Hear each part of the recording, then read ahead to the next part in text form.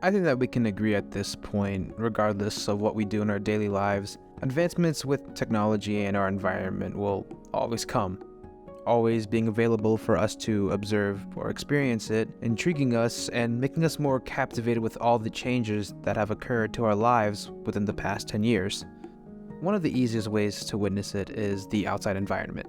Take a look at urbanization, the continuous development of cities with housings, hospitals, creating specific buildings and stores to be more accessible for our convenience, and many more. Truly, do we benefit from urbanization? And with this never-ending growth, most likely, the quality of life around us would only ever seem to get better and better.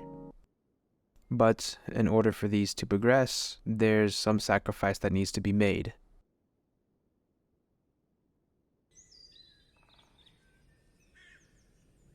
Even though I don't often go outside to just enjoy nature itself, I typically find it relaxing and enjoyable whenever I do.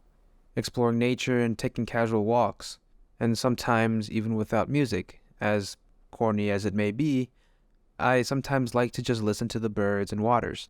Now, it might be a little strange as to why I'm mentioning the beauty of the environment and nature when the main topic is urbanization and how they even relate. Well, earlier I had mentioned before, there's always a sacrifice that takes place when there's advancements. And that very sacrifice that I'm talking about is nature itself. As great as urbanization could be, there are many issues that take place because of it. Bushfires, water scarcity, water burdens, biodiversity, and the amount of available space we have is declining. Now, one might immediately think that we need to stop urbanization as a whole. But we can't. Like I had stated earlier, there are reasons with housing, health, and such. So that just leaves us in a loop for us in order to figure out what decision needs to be made. But what if we introduce a third variable instead?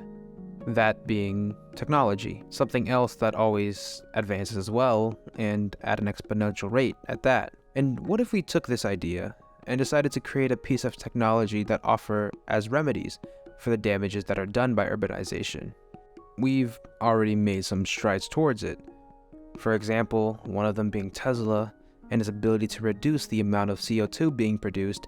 And while Teslas aren't necessarily affordable, we don't need to come up with a solution immediately, as it's believed that as time goes on, the Teslas will be cheaper and become more affordable. We need an eventual answer, and hopefully soon, just not too late. Another piece of technology that is still being developed and lesser known is the silk leaf, a leaf that is able to take in CO2 and produce oxygen with the goal of the product to be able to be put on buildings and many more types of objects. And even though there are already several pieces of technology that do help better our environment, it's important that we can create more inventions that give regular citizens the ability to somewhat contribute in order for there to be a greater effect. That's why there's a need for more products like the Tesla and silk leaf, which leads to my main point.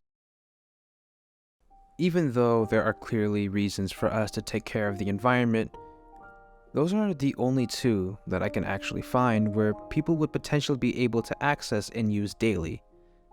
While those are great inventions, I believe there needs to be more, as flaws as such as the affordability of a Tesla and the lack of development with the silk leaf, those two wouldn't necessarily be enough for us. If anything, we might need more. As time goes on, the growth of urbanization would only exponentiate, and with the option of having multiple pieces of technology that help us within our daily lives, as well as nature, gives the ability for various products to have multiple types of price ranges, and open a pathway for all of us to contribute. Now, I'm not an engineer, biologist, or chemist, so I might be ignorant on how difficult it is or how much work is required for us in order to reach those advances.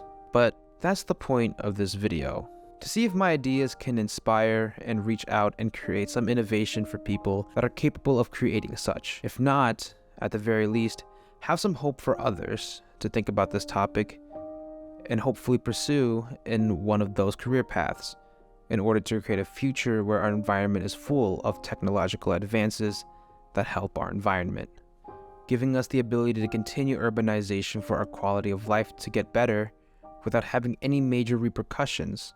Hopefully, as time goes on, we'll get to that point.